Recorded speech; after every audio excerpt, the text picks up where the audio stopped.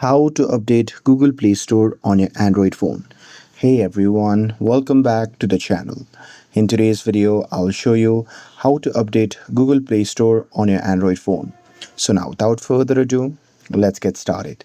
So here, first thing first, open the Google Play Store app on your phone.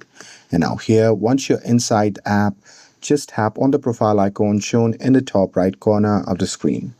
And now here, once you're inside this section, you simply have to scroll down and tap on settings.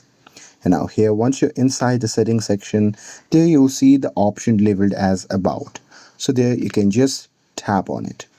And now here, once you tap on it, a drop down menu will appear. In that menu, you'll see the option labeled as Play Store version. So here just under that you'll see the option labeled as update Play Store. So there you can just tap on it, and once you do it, the Google Play Store will be updated. And that's it. With this, if you found this video helpful, then don't forget to like, share and subscribe to get updated for more videos. Thanks for watching, and I'll see you in the next video.